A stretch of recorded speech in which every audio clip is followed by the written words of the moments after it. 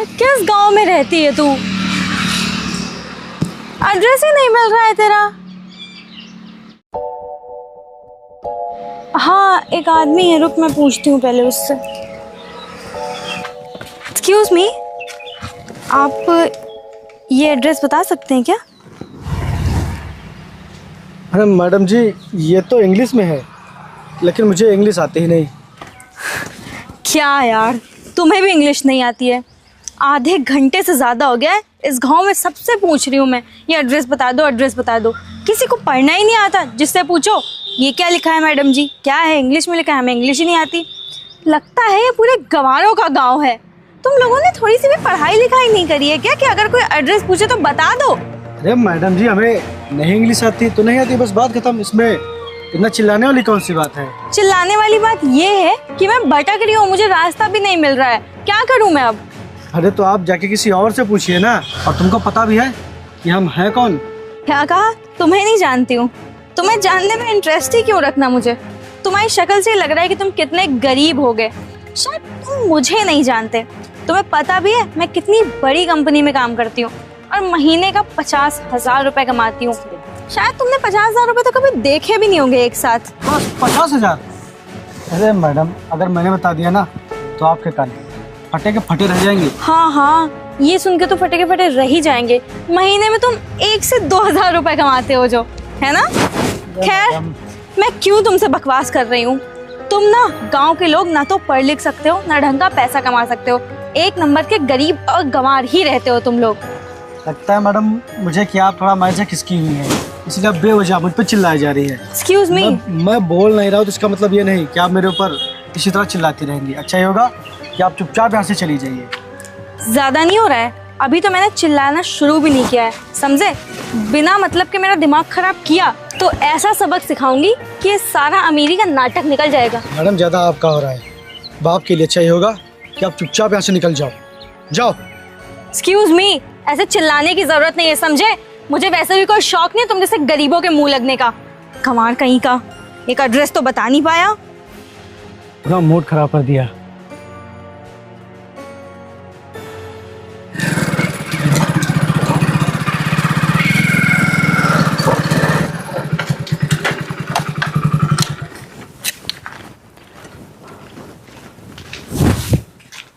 अरे भैया आप यहाँ? हाँ हाँ मैं तुझे ढूंढ रहा था। और ये बता हमने इधर उधर जितने भी पैसे दे रखे हैं उसमें से कितने मिल गए हैं? और भैया इधर उधर तो पूरे 10 लाख रुपए बटे पड़े हुए थे, उसमें से 9 लाख रुपए मिल गए हैं, बस 1 लाख रुपए बाकी हैं, वो भी एक लड़की के हैं। अरे यार मैंने तुझसे कितनी बार कहा है कि लड़कियों को पैसे मत दिया कर। अब लड़के हो तो डरा धमका कर पैसे निकाल सकते हैं, अब यार लड़कियों को कुछ बोल भी तो नहीं सकते हैं। अच्छा ये बता लड़की तेरे जान पहचान की है कि नहीं? हाँ भैया जान पहचान के है। वो बोल रहे थे कि मुझे पैसों की बहुत ज़रूरत है तो इसलिए मैंने उसे 1 लाख रुपए दे दिए थे। मैं अब उससे पैसे मांगता हूँ तो वो कहते कल दे दूँगी परसों दे दूँगी, ऐसा कहते कहते पूरे 5 महीने हो गए। मेरी समझ में नहीं आ रहा है कि मैं क्या करूँ। उसको फ़ोन करता हूँ तो फ़ोन भी नहीं उठाती है।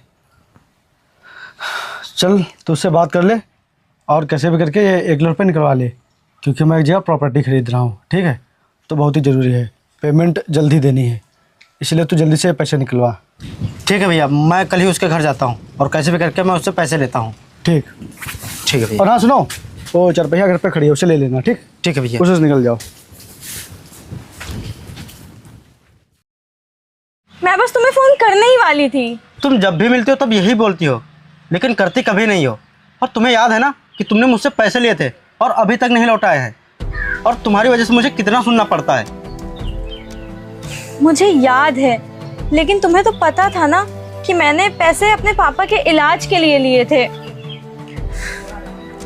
तुम जानते हो ना कि मेरे पापा की कितनी तबीयत खराब रहती है और मेरी जितनी भी सैलरी आती है वो उनके इलाज में ही खर्च हो जाते हैं। और तुम्हें तो पता है ना कि अपने घर के अकेले कमाने वाली सिर्फ मैं ही हूँ, मुझे घर भी तो देखना होता है।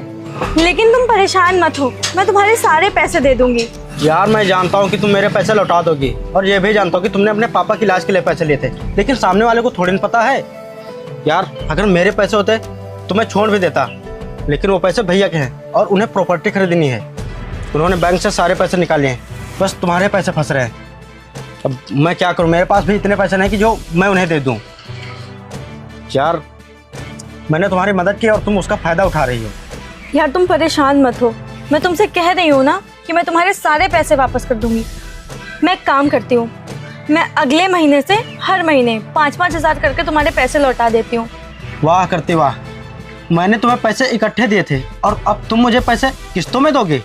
मेरी बात ध्यान से सुन लो, अगर मुझे पैसे एक साथ नहीं मिले तो मैं तुम्हारे घर आऊँगा और तुम्हारे बाबूजी से बोलूँगा।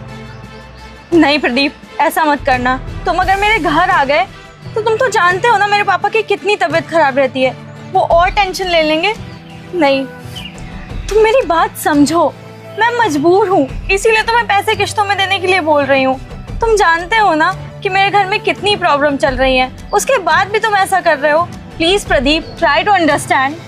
मुझे अब तुम्हारी कोई बात नहीं सुननी है और मैंने तुम्हें जिससे पैसे लेके दिए हैं कल मैं तुम्हें उनसे मिलवा दूंगा। अब जो भी सफाई देनी है और जो भी बात करनी है उनसे कर लेना। ठीक है, फिर मैं उन्हीं से बात कर लूँगी।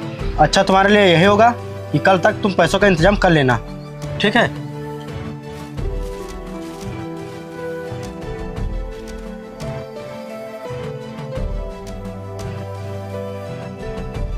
यार जब उस लड़की के पैसे देने की हैसियत नहीं है तो तूने से पैसे दिए क्यों थे? अगर तू कहे तो मैं उससे बात करूं, मैं निकलवाऊं पैसे अपने तरीके से। भैया मैं कल गया था उस लड़की के पास, लेकिन वो लड़की फिर बहाने पे बहाने बना रही है। वो बोलते हैं कल दे दूंगी, परसों दे दूंगी, मुझे थोड़ा समय और दे दो। इसीलिए मैंने उससे बोल दिया है कि अब मुझे कुछ भी मत बताओ, मैं तुम्हें भैया से मिलवा दूंगा। अब भैया से ही बोलना, भैया आप कल मेरे साथ चलो उस लड़की के घर। अगर वो पैसे देते हैं तो ठीक, नहीं तो हम उसके घर में कब्जा कर लेंगे। जब उसकी बेइज्जती होगी तब वो समझेगी। देख पागल है क्या तू? हम 1 लाख रुपए के लिए किसी का घर कब्जा लेंगे? इतने गिरे हुए नहीं हैं हम। अरे किसी की मजबूरी होगी, हो सकता है उसे कोई दिक्कत या प्रॉब्लम हो, इसीलिए पैसे नहीं दे पा रही हो। हम इतने भी गिरे नहीं हैं यार कि 1 लाख रुपए के लिए किसी की इतनी बेइज्जती करें। अच्छा ये बता, तूने उससे एक बार पूछा है कि उसकी क्या मजबूरी है, पैसे क्यों नहीं दे पा रही है? अरे भैया, जिसको देना होता है ना वो पैसे दे देता है और ना देने वाले के पास 100 बहाने होते हैं। चल अच्छा ठीक है, कल देखते हैं, बात करता हूँ मैं कल उससे, क्या दिक्कत है उसकी। चलो देगी तो ठीक है, नहीं देखी तो यार कौन सा हमारे कर्म ले जाएगी। बाकी देने वाला तो ऊपर है, मैं समझूंगा कि मैंने दान कर दिए। चलो देखते हैं। ठीक भैया, आओ।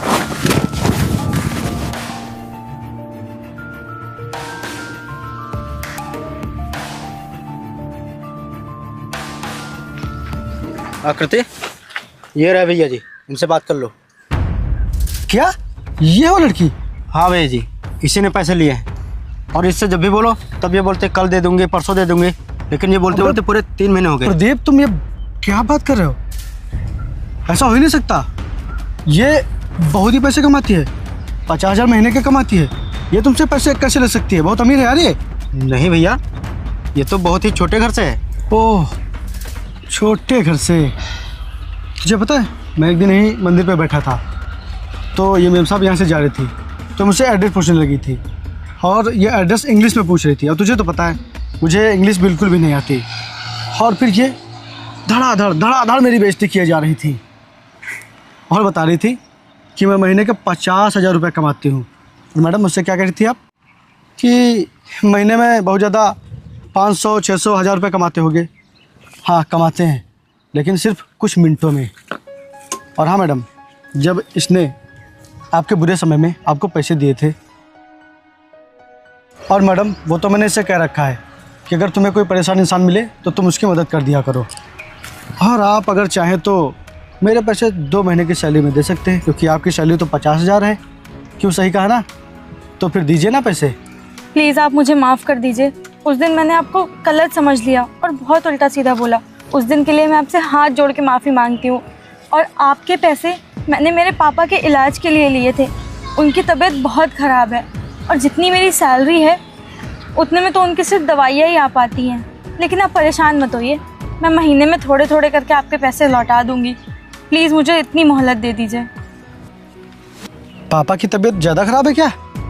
हाँ भैया, इसके पापा की तबीयत बहुत ही ख़राब है। लेकिन भैया आप इसकी बातों में मत आइए। ये चाहती है ये तुम्हें इमोशनल कर दे जिससे इसे पैसे ना देने पड़े। पागल है क्या तू? इनके पापा की तबीयत ख़राब है और हम 1 लाख के लिए आप नहीं ले सकते, समझे? मैडम अगर ऐसी बात है तो फिर आप बिल्कुल भी टेंशन मत लीजिए। आप आराम से पैसे दीजिएगा जब भी आपके पास हो, और अपने पापा का अच्छे से इलाज करवाइए। और हाँ, अगर इलाज में पैसों की ज़रूरत पड़े तो बताना मुझे, मैं आपकी मदद करूँगा। अगर किसी भी बड़े हॉस्पिटल में उन्हें एडमिट करवाना हो तो बताना। आपको टेंशन लेने की कोई भी ज़रूरत नहीं है, क्योंकि माँ बाप बहुत ही ज़रूरी होते हैं ज़िंदगी में। सुनो, अब तुम इन्हें परेशान मत करना, जब इनके पास पैसे हो तभी लेना। और अब बीच में पैसों के लिए बिल्कुल मत कहना, और इनसे बीच बीच में पूछते रहना कि इनके पापा कैसे, इलाज सही से चल रहा है कि नहीं।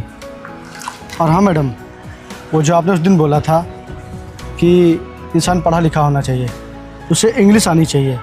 हाँ मैं मानता हूँ कि इंग्लिश आना सही बात है, लेकिन अब जो नहीं पढ़ पाते हैं, जिन्हें इंग्लिश नहीं आती है, क्या वो इंसान नहीं होते? क्या वो कमा नहीं पाते? वो भी बहुत कमाते हैं।